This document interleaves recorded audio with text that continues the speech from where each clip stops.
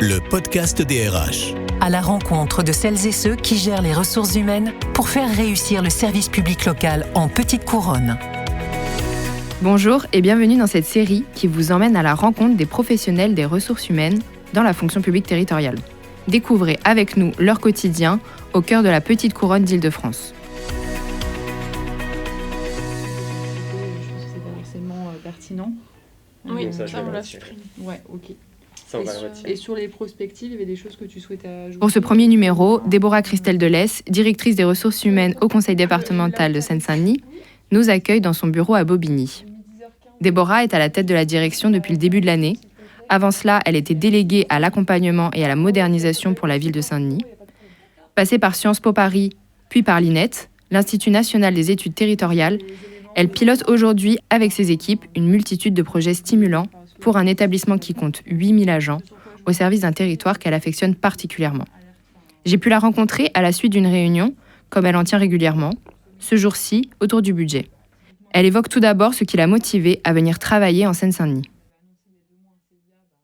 Je voulais vraiment travailler en commune d'abord et au sein d'un territoire où il y a des besoins forts en service public. C'est le cas de la Seine-Saint-Denis, c'était le cas de la ville de Saint-Denis. Commencer par travailler en commune, c'était important parce que c'est pour moi là où tout joue, hein, d'un point de vue démocratique. On a les habitants qui sont au plus près de ce que l'on fait. Ils sont clairement dans nos bureaux. Enfin, c'était le cas à la ville de Saint-Denis. On les voit tous les jours et du coup, il y a une interaction très forte entre les élus, les habitants, les politiques publiques, ce qu'on mène au quotidien et ce qu'on voit du coup mener. Donc, c'est une expérience extrêmement enrichissante et un territoire très très attachant. Et je voulais rester sur ce territoire. C'est un département qui est passionnant, avec énormément d'atouts, qui gagne des habitants chaque année alors que certains départements en perdent. Et donc du coup des besoins d'autant plus importants en termes de services publics, des projets fondamentaux aussi extrêmement structurants pour la politique publique, puisque là on va accueillir les Jeux Olympiques et Paralympiques, ce qui crée beaucoup de projets sur le territoire, parce que les Jeux, c'est surtout un héritage pour le département. Ce sont des routes, des pistes cyclables, des équipements. Et étant donné que le département était sous-doté en équipements, notamment sportifs, c'est extrêmement bénéfique pour la population. C'est des piscines, etc. Donc tout ça, c'est des projets à mettre en place. Du coup, des agents derrière. Et du coup, pour la DRH, du travail à faire. Donc voilà, c'est passionnant. Et du coup, vous avez un lien avec le territoire J'y habite aujourd'hui.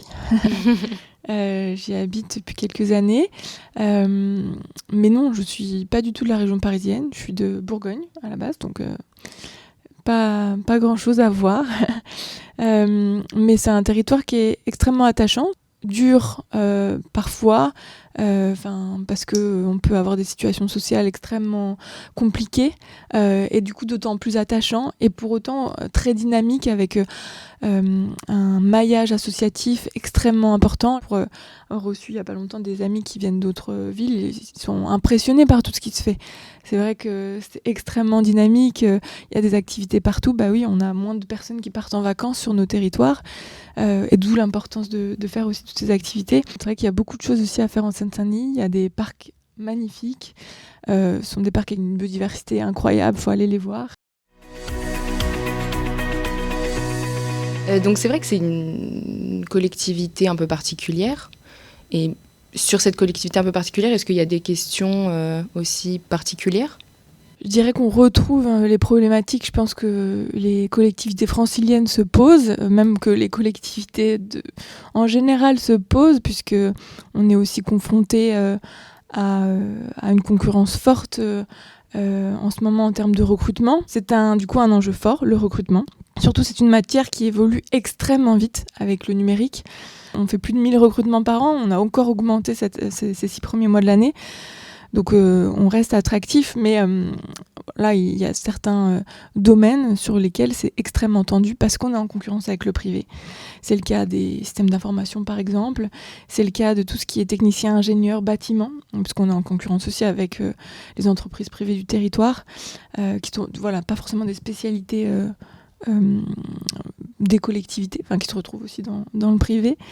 Et ce qui est aussi nouveau, on a des difficultés sur les fonctions ressources, fonctions je dirais, pures et anciennes des collectivités, la RH, les finances, le juridique, alors que là, avant, il n'y avait pas forcément de difficultés, là, on a beaucoup plus de difficultés.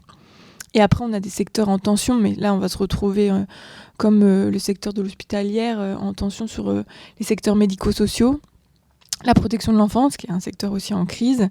On a des crises des vocations, donc c'est autre chose, c'est plus forcément de la concurrence avec le privé, parce qu'elle n'est pas forcément là, c'est juste, voilà, il y a une crise des vocations sur ces métiers-là. On a du mal à embaucher des travailleurs sociaux parce que en fait, les écoles ne sont pas assez pleines. Il y a un manque de vocations, donc on sait qu'on va avoir un trou. C'est comment, du coup, on arrive à attirer ces populations et surtout à expliquer ce que c'est le métier et qu'est-ce qu'ils vont faire derrière. Donc ça, c'est fondamental parce que c'est tout un service public et l'ASE en Seine-Saint-Denis, c'est énorme. Donc voilà, c'est important. Sur l'attractivité, j'ai cru voir que vous travaillez aussi sur la marque employeur. La marque employeur, elle est fondamentale, je disais, pour attirer les personnes, mais aussi faire qu'on se sent bien là où on est. Et en effet, on la développe depuis plus d'1 an et demi maintenant, avec une campagne que l'on a fait dans le métro, qui a pas mal marché, qui s'appelait Bifurqué et qui s'appelle toujours Bifurqué en Seine-Saint-Denis. À la base, c'était notamment pour les ingés qui sortaient de grandes écoles, de venir en Seine-Saint-Denis, de montrer tous les projets extrêmement intéressants qu'il y a à faire, comme c'est un territoire qui bouge énormément. Et on l'a élargi plus globalement, du coup, cette marque employeur à voilà, tout le département. Donc la marque employeur, c'est à la fois de la communication, c'est à la fois de la mobilisation de la part des directions. C'est aussi ça qui a changé dans le recrutement, c'est que ce ne sont pas seulement les DRH qui travaillent, mais ce sont toutes les directions. Et chaque agent est ambassadeur de la collectivité pour laquelle il travaille. Et donc on travaille avec eux pour qu'ils aillent dans les écoles, ils aillent expliquer ce qu'ils font. Donc on les outille avec des supports de communication, des supports vidéo. Et on crée aussi des forums pour faire venir nos futurs agents à nous. On a 50% de nos effectifs titulaires qui partent à la retraite dans les 10 prochaines années. C'est énorme sur 8000. On le voit, ça commence. Et donc il y a un enjeu de passation qui est énorme. L'apprentissage est quelque chose d'extrêmement important parce que ça permet de former les jeunes qui sortent d'école, de les acculturer à ce qu'est la fonction publique et ensuite de les accompagner vers les concours. Plus on passe tôt les concours, mieux c'est en termes de déroulé de carrière. Donc voilà, c'est aussi une stratégie qui est importante. Donc on fait des forums pour l'apprentissage notamment aussi. On a également d'autres enjeux. C'est nous à la DRH d'être plus à l'écoute des directions pour lesquelles on travaille, de travailler l'aller vers. On a un projet de collectivité qui est améliorer la relation à l'usager. Donc ça s'entend facilement, pour les crèches, pour les circonscriptions d'action sociale, c'est travailler mieux l'accueil, répondre plus facilement, plus rapidement aux usagers. Nous en interne c'est pareil, mais pour nos usagers internes qui sont les autres agents du département. Et aussi en allant vers les agents, on développe toute une offre d'aller vers, d'aller sur le territoire pour rencontrer les agents au plus près, pour que aussi les agents de la DRH qui sortent pas forcément quand on est assistant de gestion carrière paye, on est en présentiel et c'est plutôt les agents qui venaient nous voir pour signer les contrats, récupérer les arrêtés, etc. Le but c'est aussi de les amener sur le territoire, donc on l'a fait récemment à Montreuil, à la circonscription d'action sociale, où ils vont rencontrer les agents, où ils se rendent compte aussi ce que c'est sur le terrain, que quand on est sur un site isolé, c'est pas facile, quand on doit gérer déjà toute la population et que nous-mêmes, on n'a pas eu son contrat, etc. Donc voilà, c'est aussi ça qu'on travaille. Et je parlais volet numérisation, les fonctions ressources, mais globalement, les collectivités ont beaucoup à progresser sur la modernisation de leurs outils, la numérisation. Donc on a des gros chantiers numériques. On peut plus se passer de la connaissance des outils informatiques et de comment gérer des projets informatiques dans quelques fonctions que ce soit, et encore plus dans les fonctions ressources parce que du coup, sans ça, on ne fait pas fonctionner la machine. Donc on a beaucoup de projets en cours, on change de SIRH, d'outils de système d'information aux ressources humaines, qui gère tout, qui gère la carrière, qui gère la paye, au 1er janvier 2024. Donc c'est un énorme changement, c'est un changement d'outils pour les agents. comme si on changeait quasi de métier. Donc c'est beaucoup d'accompagnement au changement. Votre équipe, elle est assez nombreuse. Vous êtes composé de combien de personnes À la DRH, on est 250. Donc c'est une D'accord. grosse DRH. Voilà, on fait tout en interne. Enfin, c'est vrai que comparativement au privé, pour en avoir déjà échangé avec des collègues, amis, ils trouvent que c'est beaucoup, mais c'est vrai qu'on fait tout en interne. C'est-à-dire la carrière paye est internalisée, toute la médecine professionnelle, on a des assistantes sociales, on a des psychologues du travail, on a beaucoup de services qui sont nécessaires pour nos 8000 agents. Parce qu'on est une grosse collectivité. On a un projet de direction qu'on a présenté en séminaire avec les 250 agents, qui consiste en 3 axes. Donc j'en ai pas mal parlé. Le premier axe, c'est la fidélisation, l'attractivité et la mobilité. Donc voilà, on en a beaucoup parlé. Le deuxième axe, c'est la relation usager. Pareil, je vous en ai un peu parlé. Et la troisième, la modernisation et la fiabilisation de nos données, ce qui passe par les chantiers SI et l'amélioration de nos process pour fiabiliser nos données. Qu'est-ce qui vous rend le plus fier dans ce que vous faiêtes ? Ce qui me rend le plus fier, c'est de se dire qu'on travaille sur un territoire qui en a besoin et que on est toute une équipe pour le faire. Un collectif de direction, des cadres, des agents qui sont extrêmement mobilisés. J'ai à cœur de le rappeler aux agents de la DRH. Voilà, on est aussi la colonne vertébrale. Sans nous, il y a rien qui se passe, mais à l'inverse, du coup, il faut aussi être très réactif et expliquer ce que l'on fait. Sinon, derrière, non, ça ne marche pas non plus. Donc, oui, le fait qu'on soit tout un collectif à travailler pour le même but et pour travailler pour une cause qui nous tient à cœur et qui a vraiment du sens, ça, c'est une fierté. Et avec tout ça, vous avez encore le temps d'avoir un hobby, une passion, des activités en dehors ? Oui, tout à fait, parce que sinon, je pense que je serais moins efficace dans mon travail. La conciliation vie pro-vie perso, elle est fondamentale pour le travail en général. Sinon, après, je trouve on est moins efficace.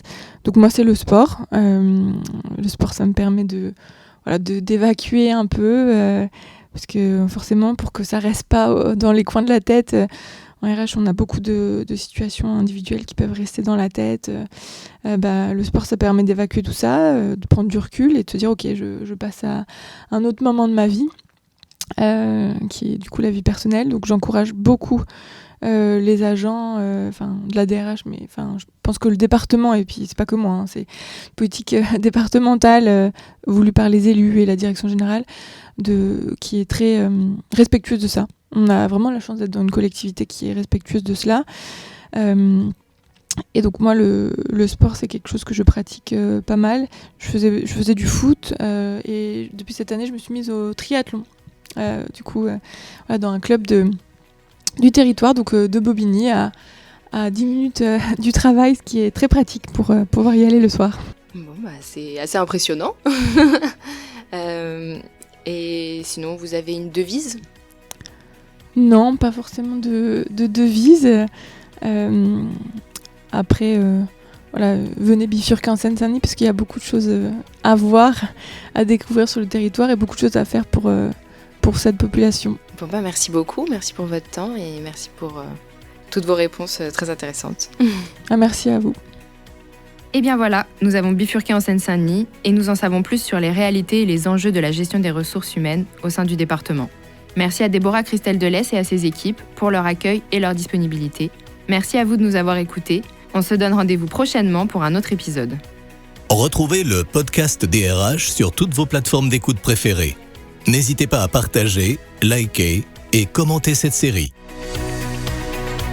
Le podcast DRH.